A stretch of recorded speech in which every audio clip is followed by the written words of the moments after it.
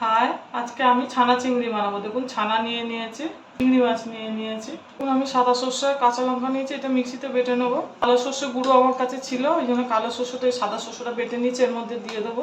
আমার গরম হয়ে গেছে, আমি সর্ষের তেল দিয়ে দেবো। তেলটা আমার গরম হয়ে গেছে, চিংড়ি মাছে হলুদ দিয়ে দিয়েছি। চিংড়ি মাছগুলো আগে একটু ভেজে নেবো।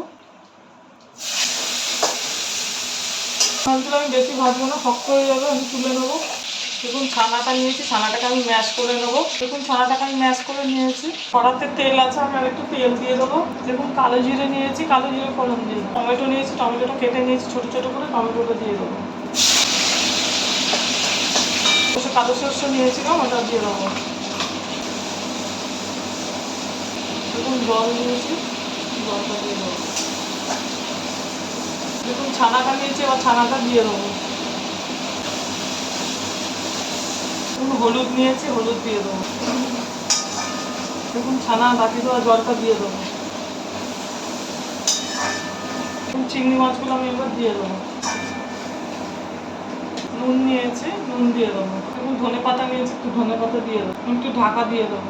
দেখুন রান্নাটা আমার হচ্ছে। কাঁচা লঙ্কাগুলো ফেলে রেখেছিলাম, এর মধ্যে দিয়ে দেবো। রান্নাটা আমার হয়ে গেছে, আমি এবার নামিয়ে দেবো। দেখুন ছানা চিংড়ি রান্নাটা আমার হয়ে গেছে।